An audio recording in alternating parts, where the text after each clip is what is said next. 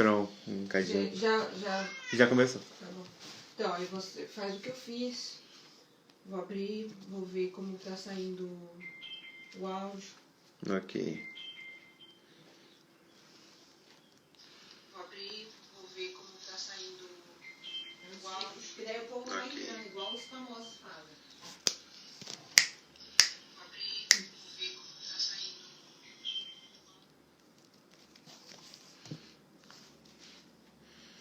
Não, vai ficar um eco tremendo, não vou nem abrir aqui.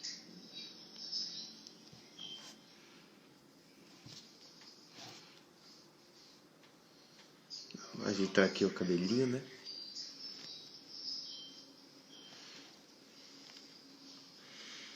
Você viu como tá o som? Tá bom. Tá bom. Graças ao microfone. Uhum.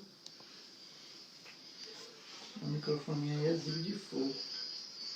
Zib de... Ana, para aí. Daqui a pouco eu vou começar, vai ficar com eco. Esperar 2 minutinhos e aí a gente já começa.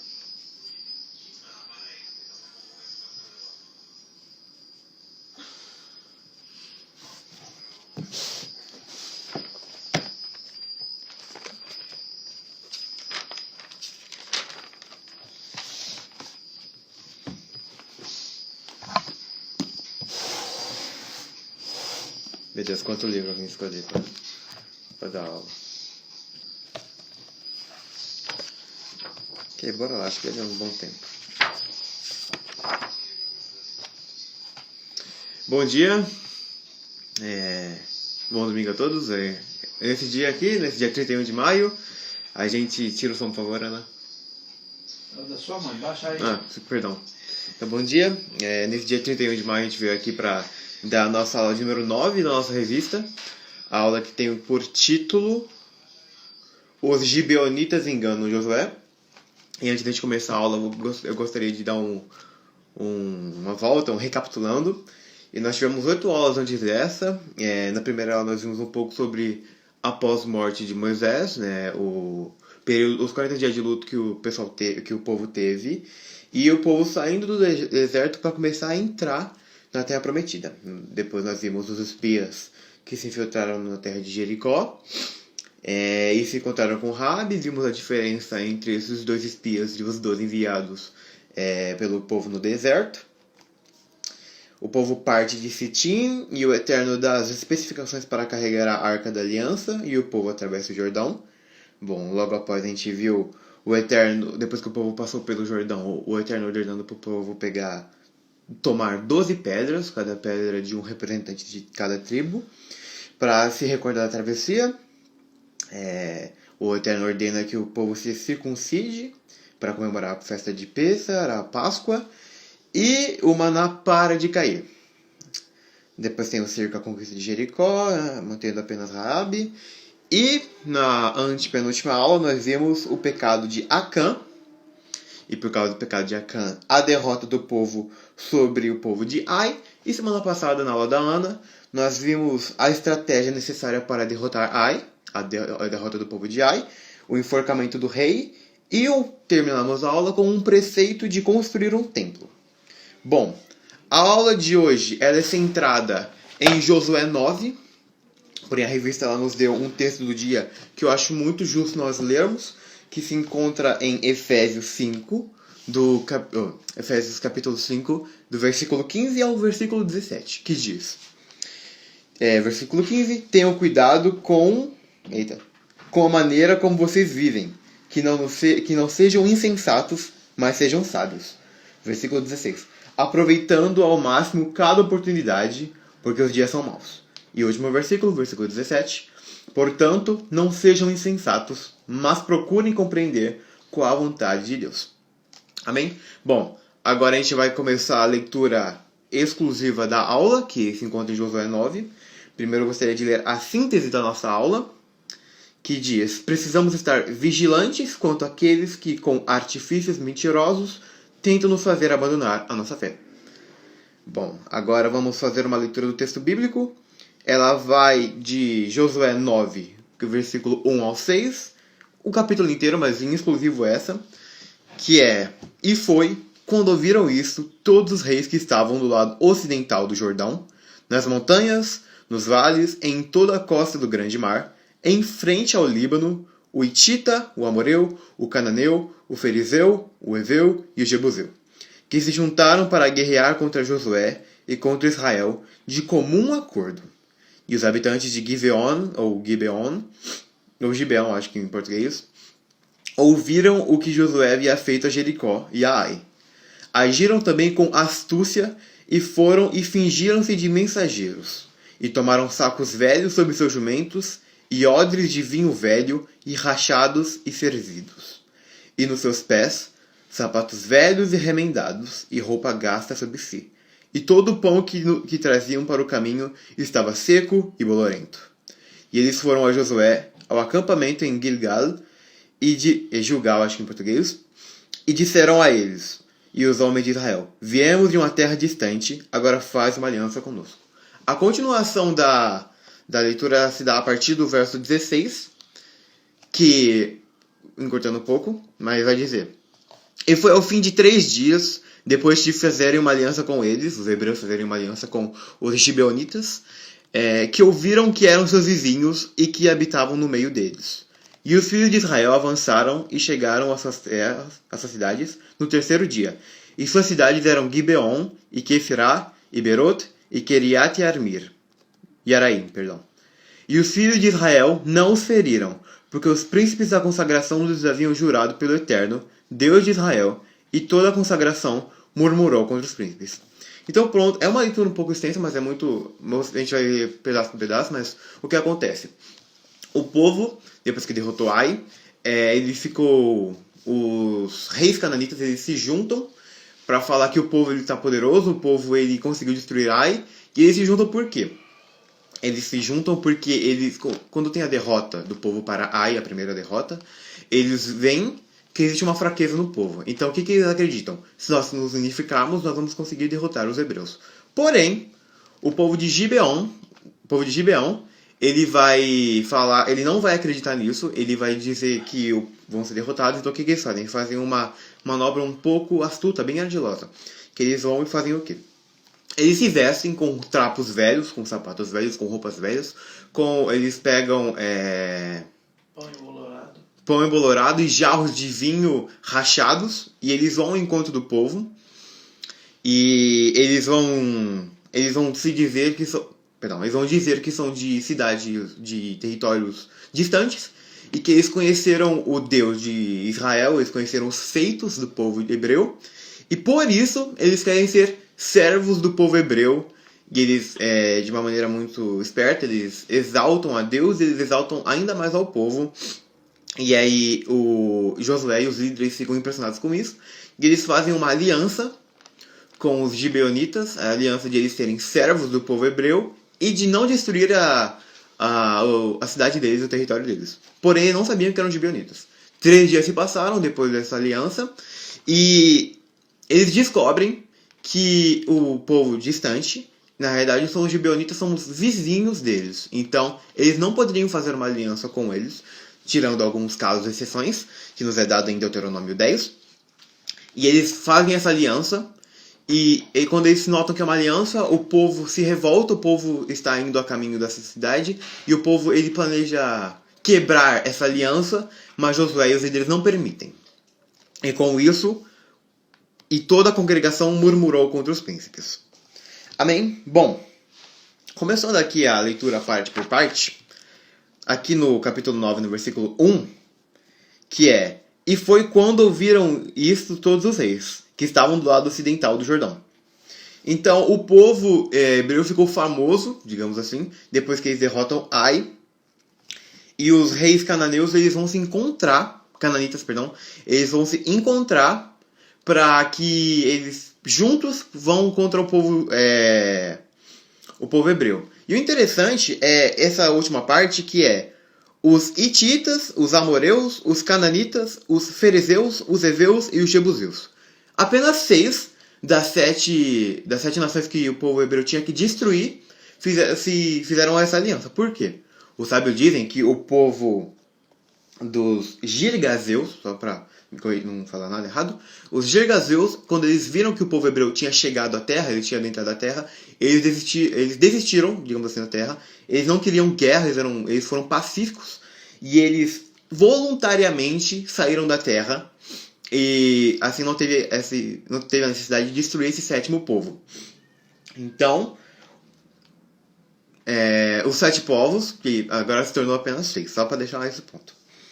Os povos se juntam, mesmo com a história dizendo que eles tinham guerras constantemente entre si, e isso é explicado porque 38 anos antes deste acontecimento, 38 anos antes, quando os espias são enviados para a terra de Canaã, os espias dizem que as cidades são verdadeiras fortalezas. Por quê? Porque eles eram constantemente atacados pelos povos que estavam ali perto deles. Então eles precisavam se proteger. Então por isso eram fortalezas.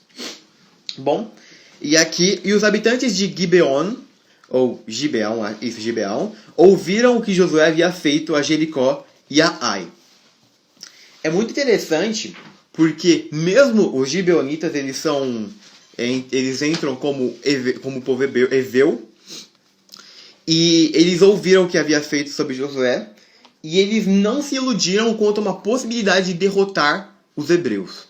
Alguns sábios dizem que, por influência do local em que eles estavam, uma influência que a gente vai ver mais pra frente, mas aqui naquele local tinha alguns filhos de Jacó tiveram filhos. E ali vai dizer que uma descendência deles continuou, não digamos sábios, porque vão dizer que precisa destruir essa terra, mas vão dizer que eles possuem alguma sabedoria vindo diretamente da descendência de Jacó. Então, eles tiveram essa capacidade de interpretar que o povo não conseguiria derrotar os hebreus, e por isso eles fazem essa manobra ardilosa, digamos assim, de enganar o povo hebreu para a sobrevivência da terra.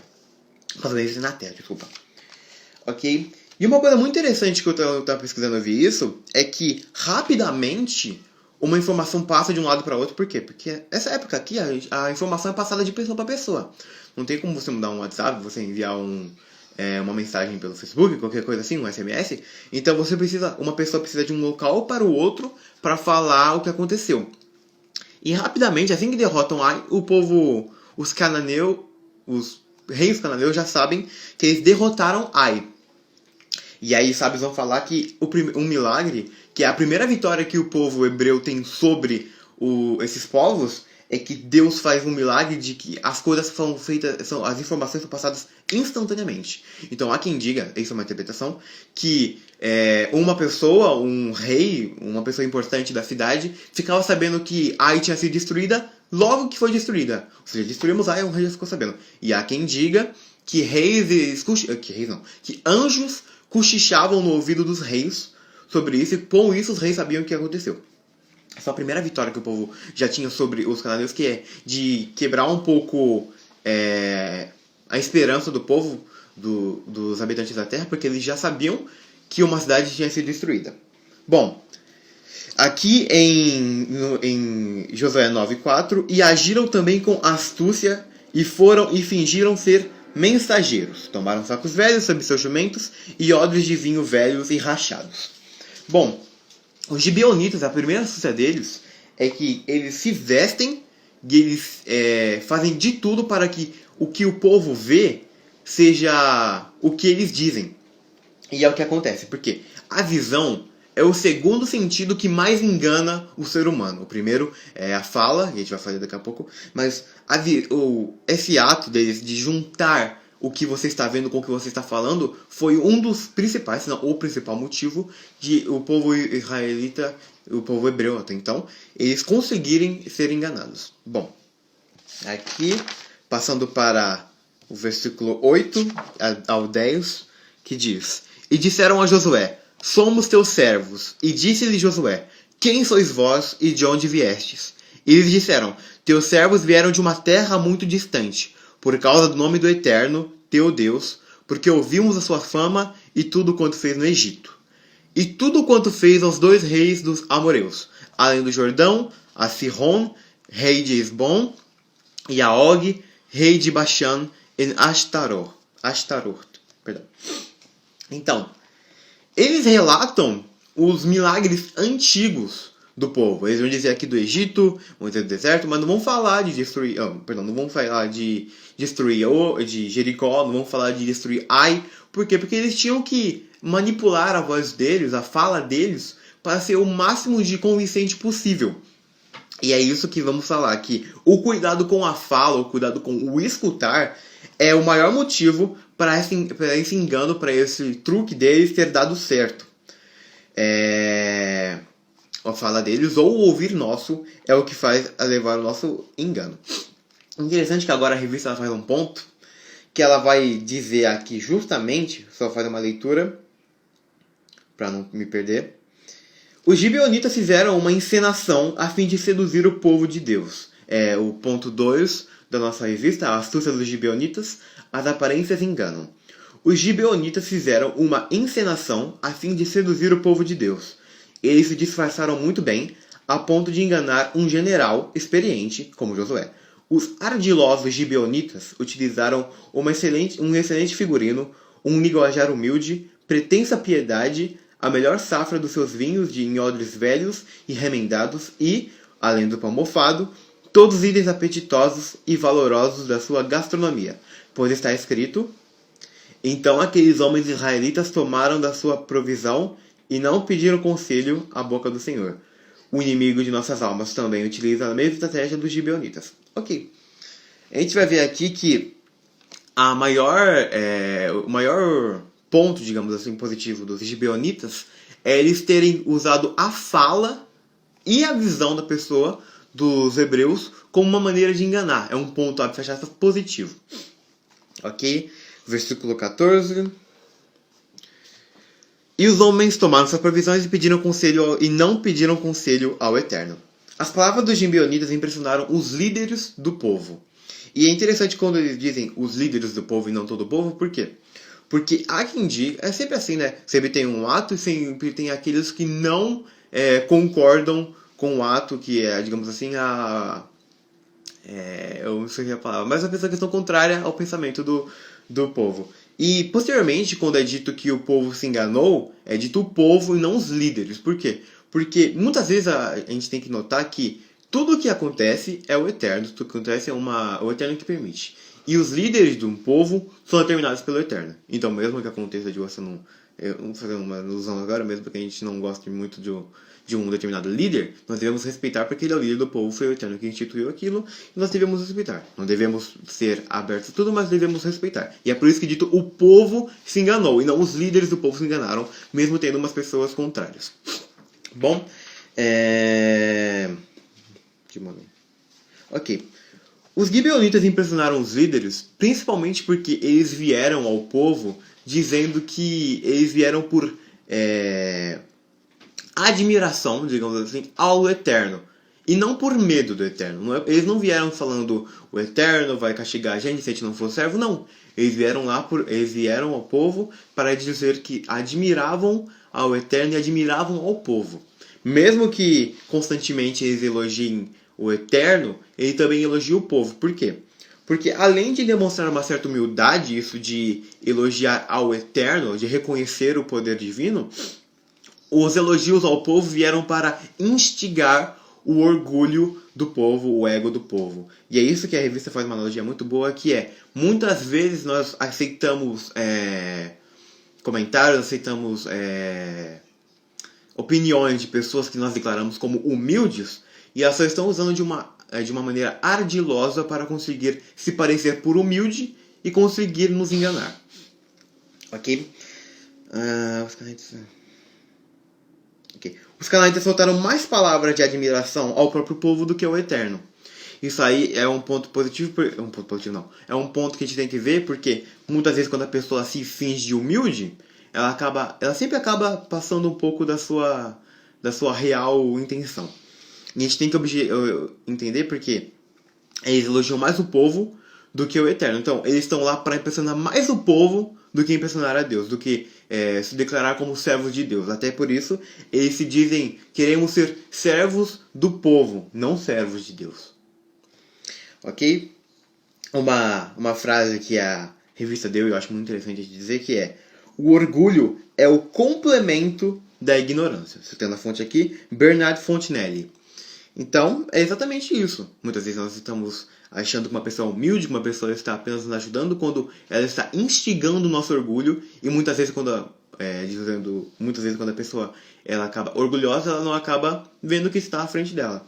Uma analogia que eu vi num livro, que é o orgulhoso, ele sempre anda com o nariz em pé e tropeçando. Ok? E aí agora, nesse mesmo versículo 14, vem o pior erro que o povo poderia ter feito, que é: e não pediram conselho a Deus. Os hebreus, eles não praticaram o processo Urim Vetumim, que, dando uma explicada rápida, Urim e Tumim, acho que em português, são duas pedras que ficavam nas roupas do sacerdote, nas vestes do sacerdote. E aí o que acontece? Depois de um procedimento que o sacerdote fazia, para ele ver a intenção divina, é um processo de conhecer a vontade divina. Então, é uma questão de interpretação, mas vão dizer que uma pedra dizia sim e outra não, e quando você fazia uma pergunta de sim ou não, uma pedra acendia e outra apagava. Há quem diga que as pedras, elas em conjunto, elas acendiam com uma determinada um sim ou não, e há quem diga que as pedras juntavam com as 12 pedras das tribos e formavam palavras de acordo. Mas é questão de interpretação, não quero formar muito nisso, mas só quero dizer que é um processo de conhecimento da vontade divina, ok? E aqui, no versículo 15, e Josué fez a paz com eles e fez uma aliança com eles, para preservar-lhes a vida, e os príncipes da congregação lhe prestaram juramento. É muito legal a gente ver isso, porque vão dizer alguns sábios que Josué tentou ser precavido. Por quê? Porque ele prometeu apenas preservar-lhes a vida, nada mais. De riqueza nem nada. Alguns vão dizer que Josué tentou ser precavido numa negociação, mas não foi o suficiente. Por quê? Porque ele não entendeu muito bem de onde veio o erro dele. Ele acabou olhando o local errado, tentando ser o correto, mas acabou errando na medida, digamos assim. Ok? E agora a gente vai ver outro ponto que vai ser que é parte dessa aula, que é a parte do povo errando quanto a não pedir a direção divina, exatamente. E o povo, ele se esquece do que o Eterno diz. Por quê? Porque em Êxodo 34, versículo 12, vai dizer o seguinte. 34, versículo 12.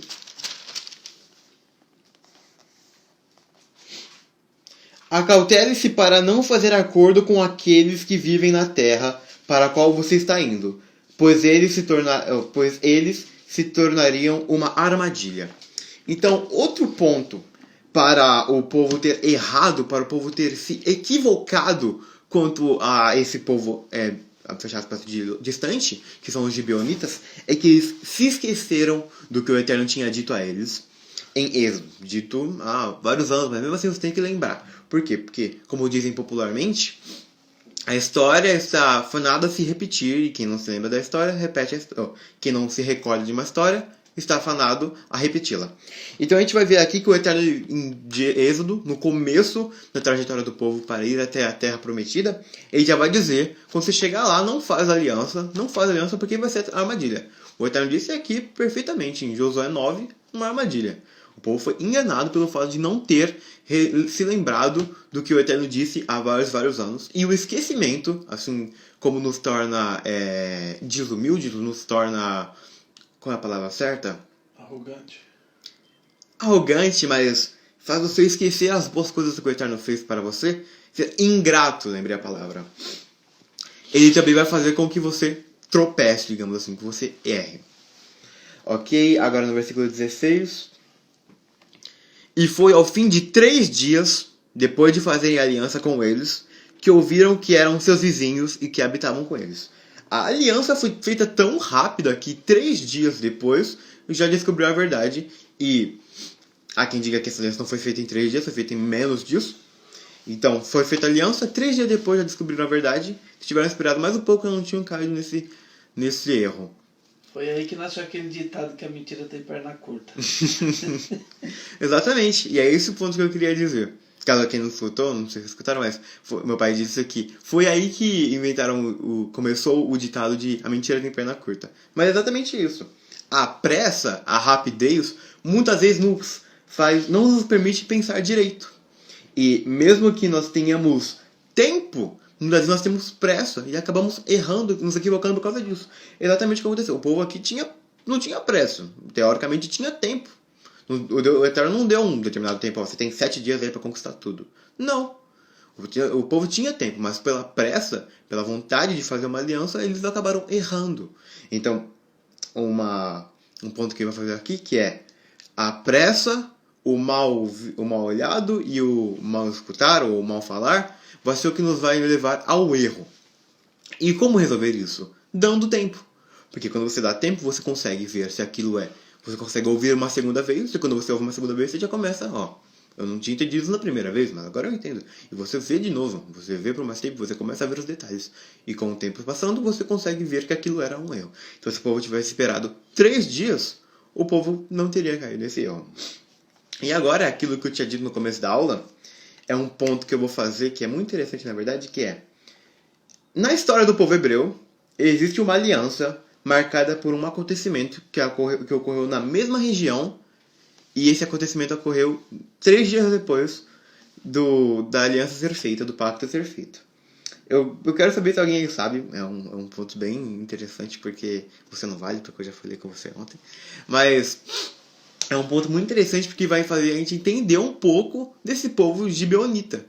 Eu só queria ver se alguém sabe, eu vou dar um tempinho para o povo pensar, porque é uma pergunta muito, muito difícil. Se alguém tivesse feito isso para mim, eu não saberia até um insight que o Eterno deu para mim, porque isso não estava no meu estudo.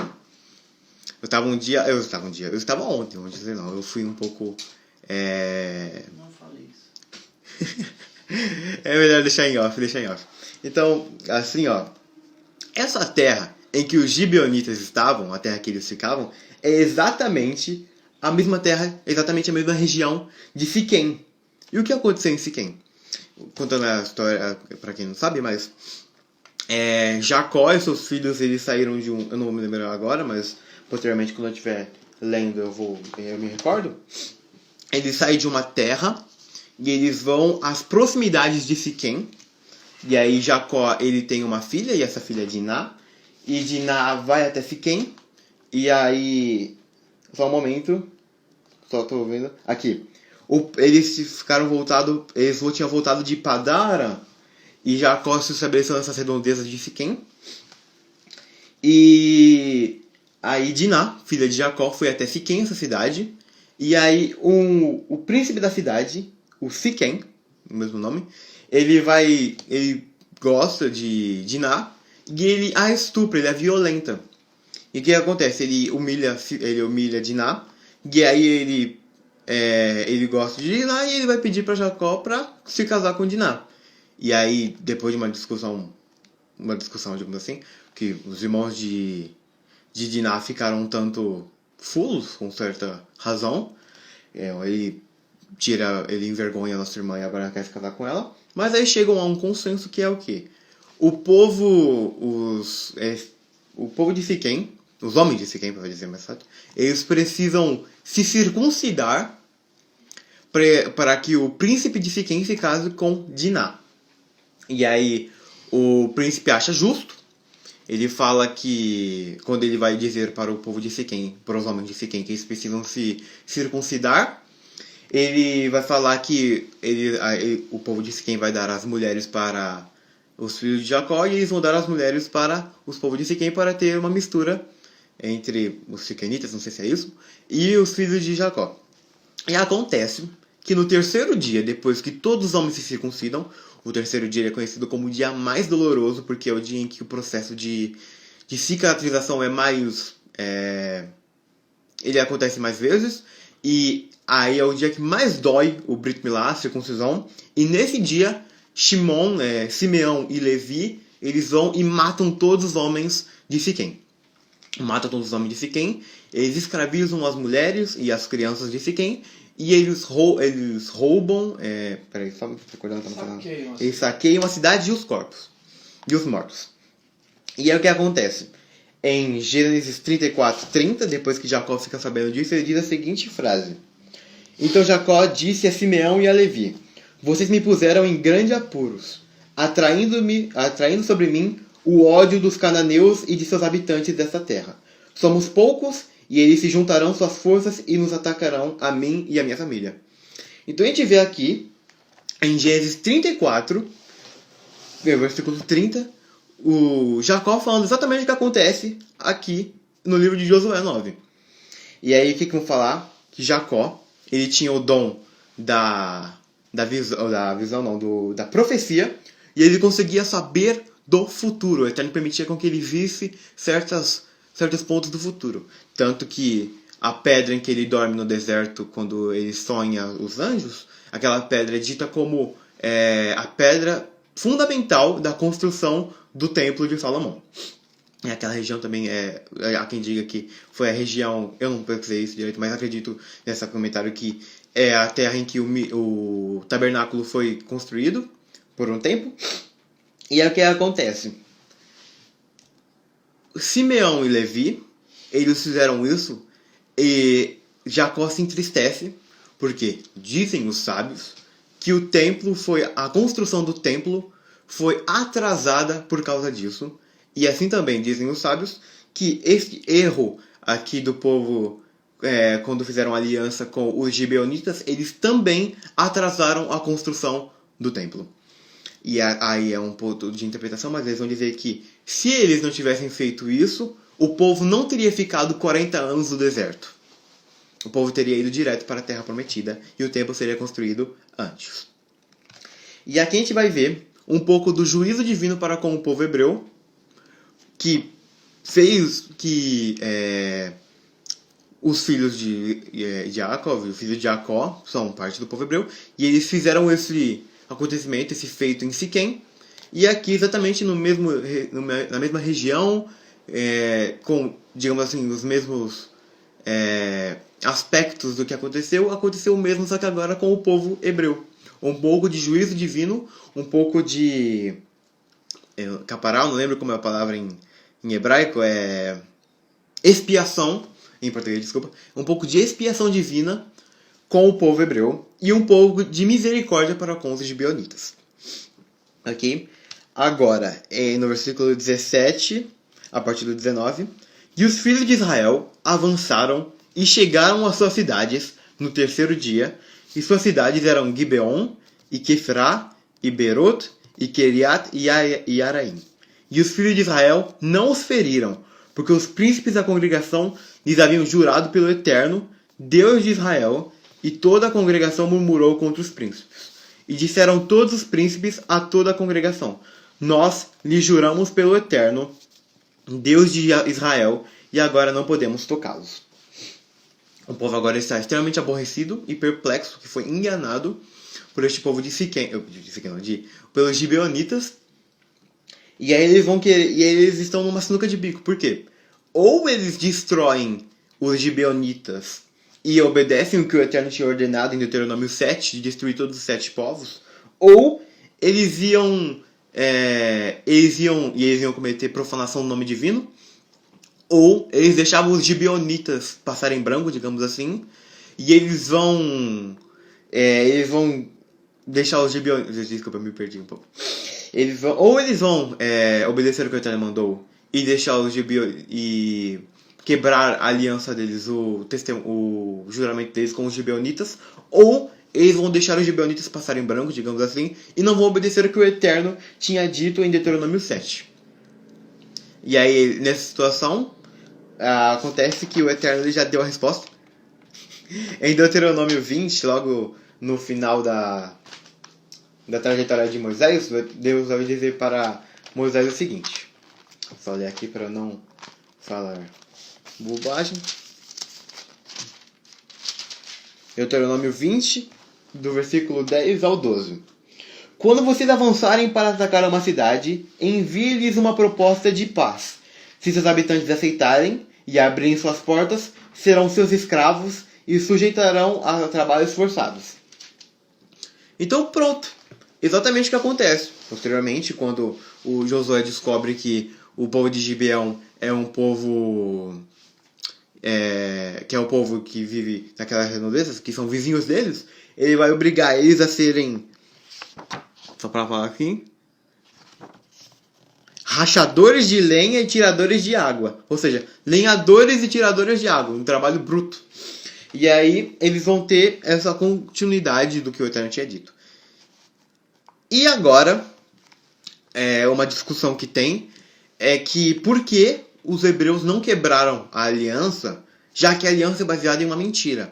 E alguns, na legislação judaica, digamos assim, quando você faz um acordo com uma pessoa e esse acordo é mentira, você pode quebrar desde que você apresente argumentos e fatos necessários para que você comprove que aquilo é mentira. E aí fica essa discussão, até por isso o povo fica indignado com os príncipes de Israel e falam: por que vocês não quebraram a aliança? E aí, porque assim como Jacó tinha dito em Gênesis 34:30, o povo se tornou mal falado entre os habitantes do território. Então o povo já tem esse histórico, digamos assim, esse mal falado de o pessoal achar que do mal feito de Simeão e de Levi. E agora, se eles quebrarem essa aliança, esse pacto, eles vão não cumprir com a palavra, e eles acabam cumprindo com isso, tanto que futuramente a gente vai ver nas próximas aulas, os reis de Canaã, eles vão se juntar e atacar Gibeão, porque Gibeão quebrou a aliança com eles, e o povo de Israel vai lá e derrota os habitantes de Canaã, os canaanitas, se não me engano, e protege os gibeonitas. Ok, agora, dando mais uma visão geral, a gente vai ver aqui que muitas partes dos erros cometidos pelos os hebreus até então, os filhos de Israel, como é dito na Bíblia, eles acontecem porque eles não seguiram as ordenações divinas, eles esqueceram o que o Eterno tinha dito, e eles não pediram conselhos para o Eterno. E aí a aula vai terminar assim com uma conclusão que eu acho muito bonitinha a ler, que é: este episódio foi um ato de justiça, ou de juízo e de misericórdia de Deus para com Israel. Aprendemos que não devemos nos deixar levar pela aparência de piedade ou de piedoso de alguém, mas em tudo devemos consultar ao Eterno. Vestidos de mentira e religiosidade, os gibeonitas disseram tudo o que os israelitas gostariam de escutar. Exaltaram os feitos do Senhor, do povo, e por fim, quando o ego deles estava muito bem feito, eles os enganaram. Precisamos ter o cuidado de não esquecer que tudo o que temos e que somos vem de Deus. Com isso, baixar a guarda não é uma opção. Devemos estar alertas em situações de batalha espiritual para não tomarmos decisões que nos comprometam seriamente no futuro. Então é isso. A gente vai ver aqui que o povo ele comete esse erro, essa aliança com os gibeonitas, porque ele teve pressa, porque ele não viu direito os gibeonitas, porque eles não escutaram o que o Eterno tinha dito. Por esses fatores. E a partir dessa aula, até a conquista total da terra, a gente vai ter várias batalhas com o povo de Israel, com os cananitas. Qualquer pergunta? Eu agradeço. Qualquer pergunta? Por que fazer aliança com os gibeonitas era considerado errado? Vou ler aqui. Por que fazer aliança com os gibeonitas era considerada errada? É porque o Eterno ele vai dizer em Êxodo 7 que ele precisa destruir os 7 povos que estão em Canaã. E ele vai falar que só pode fazer paz com eles se for em certas situações, que for quando for atacar se render, e nenhuma dessas especificações é dita quando eles fazem aliança com os gibeonitas. Por quê? Porque eles não foram atacar Gibeão até então, eles iriam passar pela terra, mas eles não iam atacar, eles não mandaram mensageiros para pedir paz, e como eles eram um povo até então estrangeiro, era um povo longe, eles não acharam necessário isso de você enviar um mensageiro para a cidade para falar, e não a situação contrária, porque foi os mensageiros que vieram até o povo, não o contrário. É errado por causa disso, de não poder fazer aliança com os 7 povos fora dessas situações. Eu ia falar alguma coisa e eu acabei me perdendo.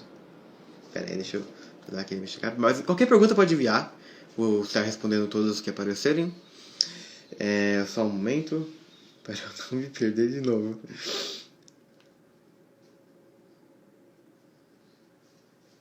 Eu me perdi. Desculpa.